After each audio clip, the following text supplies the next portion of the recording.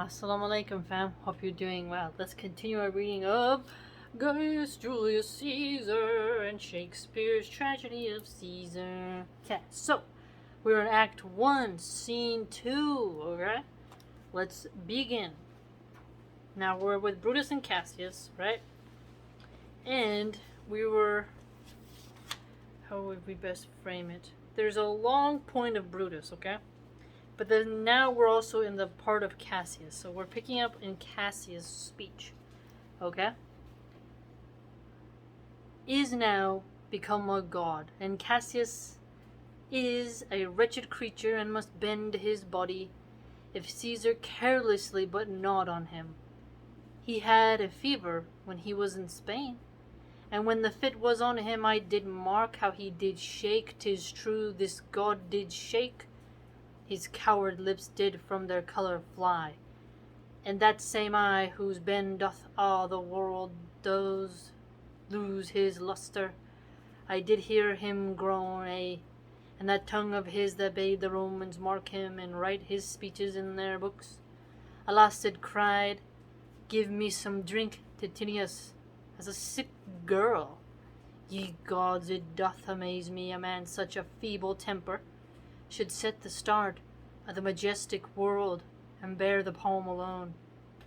Okay, so Cassius here, he sounds very mean, right? He's like saying, he said, as a sick girl.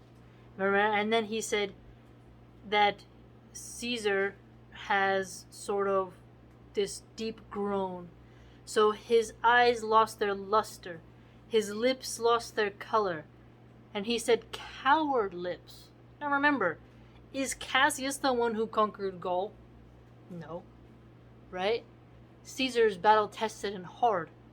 And notice, he says mockingly in the beginning, is now become a god. And then he says, if Caesar carelessly but gnawed on him. Right? So Caesar's imperial gaze to simply go upon you. If he wants to have somebody take you out, it's going to happen. What's interesting, Caesar defied Sulla, right? Sulla told him, divorce your wife. Caesar said no. So he had to flee. Caesar survived being captured by pirates. He simply has a problem with a seizure, something about where he would shake a little bit and then sweat and then come back, right?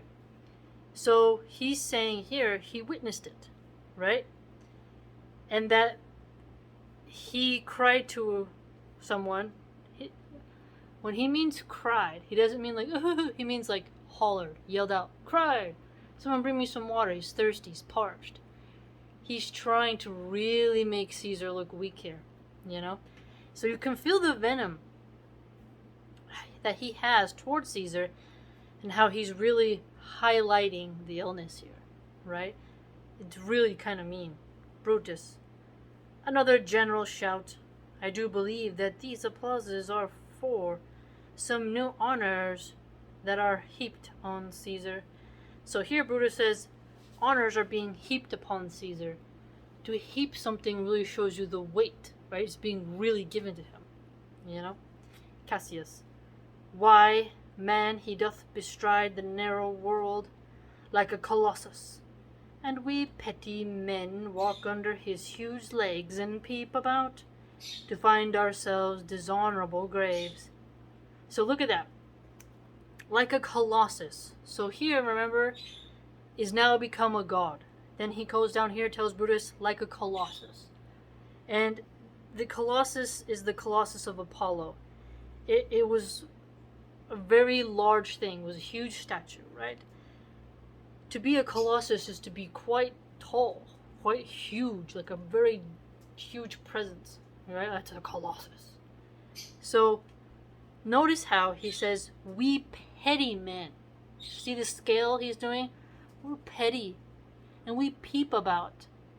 Whereas he, Caesar, is the one who's being showered with applauses, honors, and a parade, a triumph, right? And notice how he says walk under his huge legs here. So the legs have a lot of symbology there. To crush you, to stride is something that you can't keep up with. To be under is also humiliating, but also what's your vision when you're under someone as a man? So, he's really quite bitter here. Notice how he's, feeding these whispers into Brutus's mind here, right? Men at some time are masters of their fates. But the fault, dear Brutus, is not in our stars, but in ourselves, that we are underlings. Here, not in the stars, but in ourselves. So not, because the Big Dipper is, on this part, therefore we can't do anything, right? No, he's saying, but in ourselves. So notice how he said underlings, and then they have to walk under his huge legs and peep about, as Caesar is a colossus. So you get this sort of really beneath, right? Notice how he's called, like I said, he's called him a lion. He's called him all these very magnanimous titles, but then he stings him as well with his venom. So he's working on Brutus's psychology quite effectively. Brutus and Caesar, what should be in that Caesar? Why should that name be sounded more than yours? Haha, you see what he did here? He's trying to put a wedge between Brutus and Caesar. Because remember, there was a love affair, historically, between Brutus's mother, Servilia, and Caesar. He took her as a lover, it was said, not as a legitimate legal wife, right? And Cassius really working on him. You can see how negative counsel can really affect you, right? Write them together. Yours is a fair name. Sound them. It doth become the mouth as well. Weigh them. It is heavy. Conjure with them. Now look at that. Look at those three examples. To write, sound, weigh. A fair name. It sits well on the mouth, right? Heavy, meaning it can bring something about. See that? The name. Now remember, Julius Caesar is of the Julii clan, who they believe, descended from Venus, right? The patriarchal lineage here. So Brutus is like, well, I'm honorable, and Cassius here is telling him, why can't you be a type of Caesar as well? You see what he's doing here?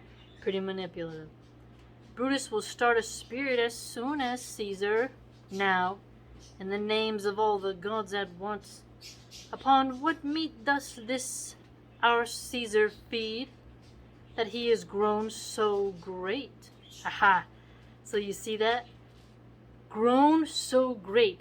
What kind of meat does Caesar feed on? That's a very, that's something, there's something there, right? You can feel it. Age that art shammed, Rome, thou hast lost the breed of noble bloods. When went there by any age since the great flood, but it was famed with more than with one man? When could they say till now, that talked of Rome, that her wide walls encompass but one man? See this, notice here, one man. See that? He's really highlighting this deep jealousy. Colossus, become a god, walking under his legs. And now he's saying, breed of noble bloods, the many nobles versus the one man. So it's like he feels this sense of Rome was about the noble bloods, not just this one man. So he's getting very envious. Why is the legacy of Rome in this one man? We got all these elites here. Now, if you don't remember, Caesar did stack much of Rome with peoples that he conquered in Gaul, right? A lot of those people at that time, the aristocrats, probably didn't want that, right? They're looking at them like, who are these people? They have no tie to this land. They're not true Romans. Why are they here, right? So Caesar brought that type of genetic change in the environment, which some people clearly were not happy with. Now, it is Rome, indeed a room enough, where there is in it but one only man. Oh, you and I have heard our fathers say, there was a Brutus once that would have brooked the eternal devil to keep his state in Rome as easy as a king. Now Brutus is going to talk, right? So Cassius is, really getting in on him. Brutus, that you do love me, I am nothing jealous. You see that? He's like, now you feel when he says you do love me, he doesn't mean romantic. It's like flattery, like you're being endearing, but at the same time, you wonder how that tone would be. Or like, you do love me. You do love me? Like, how does the tone change when you say it? Right? Because he's seeing how he keeps trying to prop up the ego of Brutus. Right? He's really trying to get in there. And he's saying, I am nothing jealous. So he can see how Cassius has very jealous tendencies, right? What you would work me to, I have some aim. Now, do you see it? What you would work me to. So what you're pushing me towards. As we have seen, he is clearly, remember? When he said the right sound and way of his name? Remember that? So he's right. I have some aim. How I have thought of this and of these times. I shall recount hereafter for this present. I would not so with love I might entreat you, be any further moved. What you have said, I will consider. What you have to say, I will with patience hear, and find a time both meet to hear and answer such high things. Till then, my noble friend, chew upon this. Brutus had rather be a villager than to repute himself a son of Rome. Do you see that? Do you see that? And remember when Cassius said, we are but petty men. And then he mentioned the nobles of Rome. But Brutus kind of shot back at him, right? I'd rather be a villager than be a repudiated son of Rome. So you can see how that's a little bit of a, to Cassius, right? Under these hard conditions as this time is like to lay upon us. So they have a very doom and gloom, feeling when it comes to Caesar. You gotta wonder, like, is that exactly fair? Is that exactly fair? Be any further moved. So, remember that, you could feel the coercing, pushing towards this goal, right? So he can feel the movement, that the prodding that Cassius is doing, the wedge he's trying to get in there. And notice this with patience here. So he's like, Ooh, to hear such things as Cassius is saying could also be considered treasonous, remember. If Caesar heard this conversation at this time, heard Cassius's true words, no way. You see what I'm saying? So, it is something to think about. Now, remember when he said, what does Caesar eat to make him grow so big? And then Brutus responds back with this, chew upon this. So to chew on something is to really think on something. Food for thought. To chew on something is to consume, to digest it. Because the more you chew on something literally, the better your body can digest it. Right? So notice the wordplay here that Shakespeare has done for us. Both literal and poetically. Right? So he's not giving Cassius the, okay, I'm going to go ahead and plot with you. He's toying a little bit with Cassius. So, you can feel it, right? What do you think?